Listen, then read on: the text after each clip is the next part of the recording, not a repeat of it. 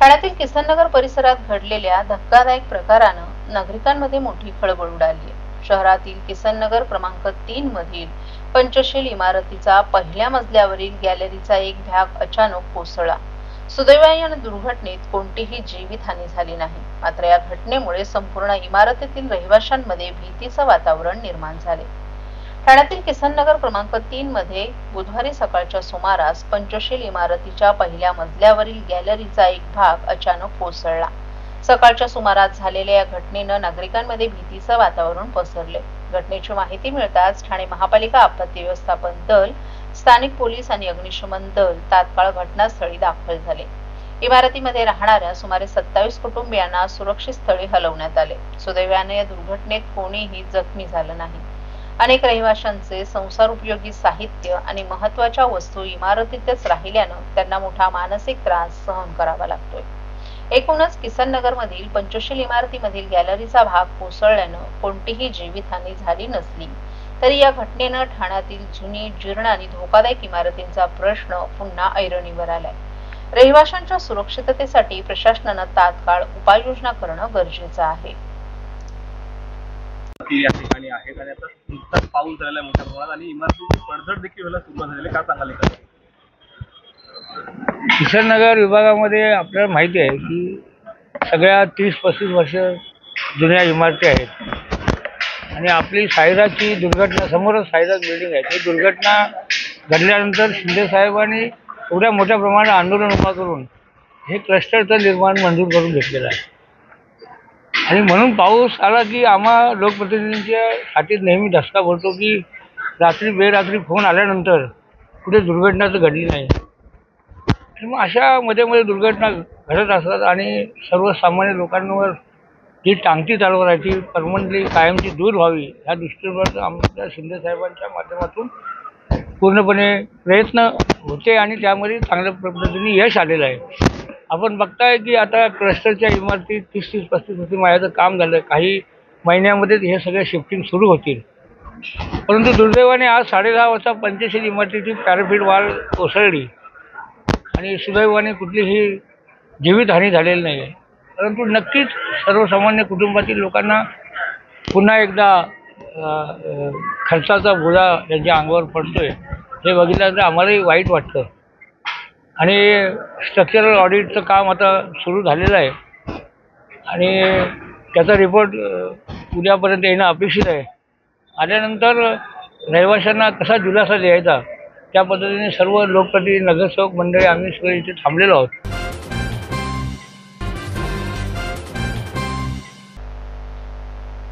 3 दिवस भातसा धरण क्षेत्रात होत असलेल्या अतिवृष्टीमुळे ठाणे महापालिकेच्या पिसे पंपिंग स्टेशन येथील नदीपात्रात मोठ्या प्रमाणात गाळ, कचरा आणि झाडांच्या फांद्या जमा झाल्यात। नदीपात्रात पूरसदृश्य परिस्थिती निर्माण झाल्यानं पिसे पंपिंग स्टेशनमध्ये पाणी शिरले। त्यामुळे या पंपिंग स्टेशनवर पूर्ण क्षमतेनं पंपिंग होण्यात अडथळे येत आहेत। तसंच पाण्याच्या गढूळपणामुळे शुद्धीकरणाच्या प्रक्रियेवरही परिणाम होतोय। या सर्व परिस्थितीमुळे ठाणे शहराकडे येणारा पाणी पुरवठा सुमारे 25% कमी झालाय। पंपाच्या स्टेनरमधील गाळ काढण्याचं काम करण्यात येत आहे। त्यामुळे शहरात पुढील काही दिवस अपुऱ्या प्रमाणात आणि अनियमित पाणी पुरवठा होईल याची नागरिकांनी कृपया नोंद घ्यावी। तसंच या काळात पाणी उकळून प्यावं आणि पाण्याचा वापर जपून करावा असं आवाहन महापालिकेनं केलं आहे।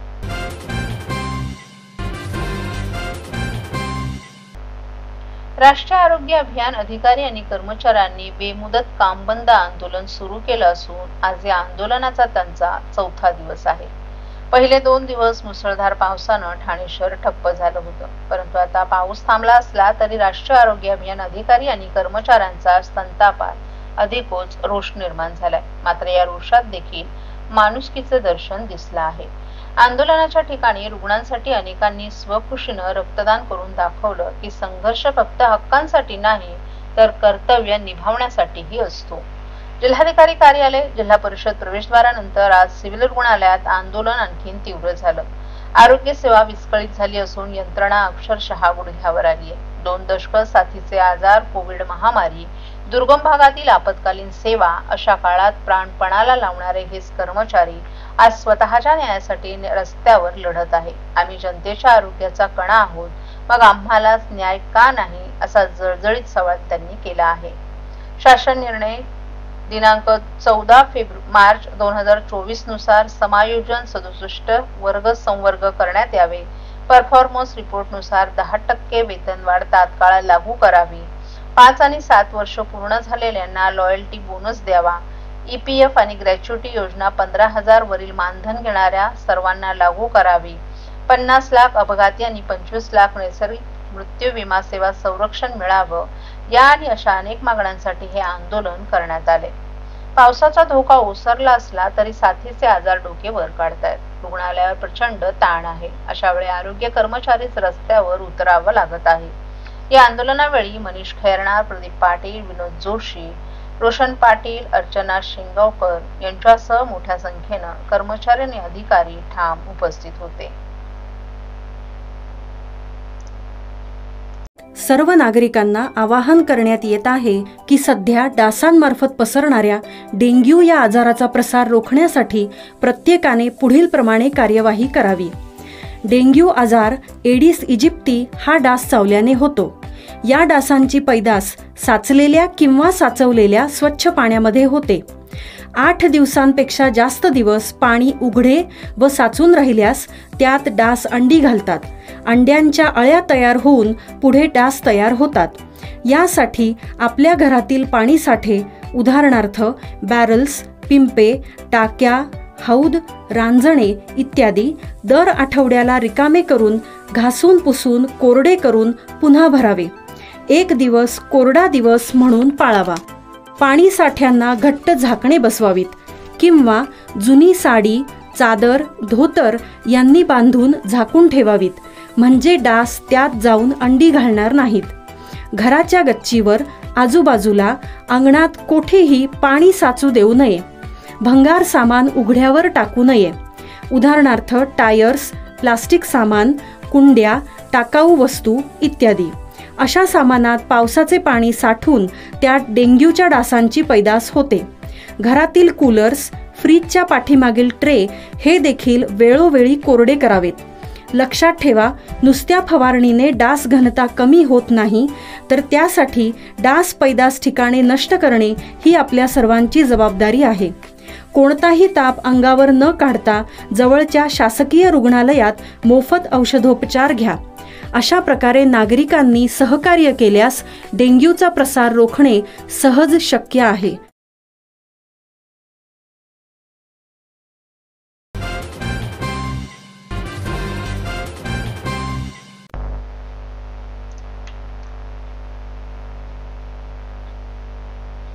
वनमंत्री तथा ज्येष्ठ नेते गणेश नाईक यांनी ठाण्यातील जनता दरबारात लोकांच्या विविध तक्रारींवर थेट संवाद साधला. आज समोर आलेल्या बहुतांश समस्या या मानवनिर्मित असून नैसर्गिक समस्या कमी आहेत. मागील जनता दरबारात मांडलेल्या अनेक प्रश्नांचा प्रशासकीय यंत्रणेमार्फत निपटारा झाल्याचंही गणेश नाईक यांनी यावेळी नमूद केलं. जनता दरबारात बिल्डरांशी संबंधित तक्रारी मोठ्या प्रमाणावर समोर आल्यात. जुन्या रहिवाशांना जागा खाली करायला लावून इमारत पूर्ण झाल्यावर त्यांना हक्काची घरं न देण्याचा प्रकार प्रामुख्यानं मांडला गेला. तसंच ठाणे परिवहन सेवेमधील निवृत्त कर्मचाऱ्यांना 2 वर्षांनंतरही मोबदला न मिळाल्याच्या तक्रारी झाल्या. बिवलकर कुटुंब प्रकरणाविषयी बोलताना नाईक यांनी ही तक्रार अतिरिक्त मुख्य सचिव मिलिंद म्हैसकर यांच्याकडे सोपवण्यात आली असून सखोल चौकशीचे आदेश दिल्याचं सांगितलं.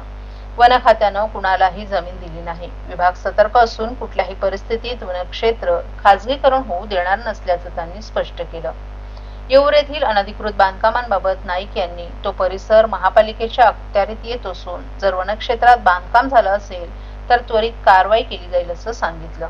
तर निवडणुकांबाबत बोलताना नाईक यांनी महायुतीनं एकत्र लढण्याची अपेक्षा व्यक्त केली. मात्र काही ठिकाणी बंडखोरी अपरिहार्य असल्याचंही त्यांनी स्पष्ट केलंय.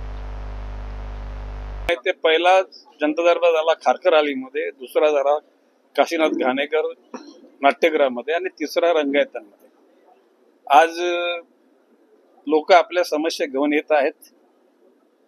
बऱ्याचशा समस्या मॅनमेड आहेत, मानवाने निर्माण केलेल्या समस्या आहेत. नैसर्गिक समस्या कमी आहेत आणि प्रशासक यंत्रणा सतर्क आहे. निश्चितपणे मागच्या जनता दरबाराचा निपटारा समस्यांचा बऱ्या प्रमाणामध्ये झालेला आहे. जो पालघर जिल्ह्यातल्या जनता दरबाराचा नोव्हेंबरतल्या आणि ठाण्यातल्या सुद्धा. आणि मला विश्वास आहे की प्रशासकीय यंत्रणा, लोकप्रतिनिधी जनसामान्यांच्या समस्या योग्य मार्गाने सोडवतील. कुठली विशेष समस्या याच्यामध्ये बिल्डर लोकांनी जुन्या बिल्डिंग मधल्या जागा खाली करायला लावल्या आणि बिल्डिंग पूर्ण झाल्यानंतर त्यांना तिथे जागा दिली नाही. अशा प्रकारच्या समस्या जास्त आहेत. आता सगळ्यात मोठा एक प्रश्न ठाणे परिवहन सेवेमधल्या निवृत्त झालेल्या कर्मचाऱ्यांचे 2-2 वर्ष झाले तरी त्यांचे सेवेची जे सेवा झाल्यानंतर जे त्यांना परतीचा जो एक प्रकारे सन्मानाने द्यायला पाहिजे प्रॉव्हिडंट फंड, ग्रॅज्युटी, ती मिळाली नाही अशी तक्रार त्यांनी केलेली आहे. मी माननीय परिवहन व्यवस्थापकाशी बोललोय आणि लवकरच माननीय आयुक्तांशी बोलून गरज पडली तर माननीय मुख्यमंत्र्यांच्या कानावर बाब सांगणार आहे.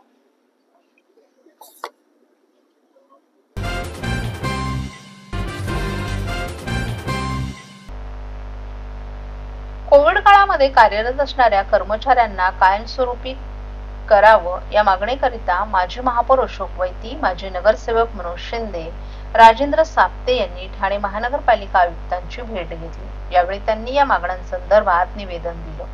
यावेळी आयुक्तांनी या मागण्यांसंदर्भात निवेदनाची दखल घेतली.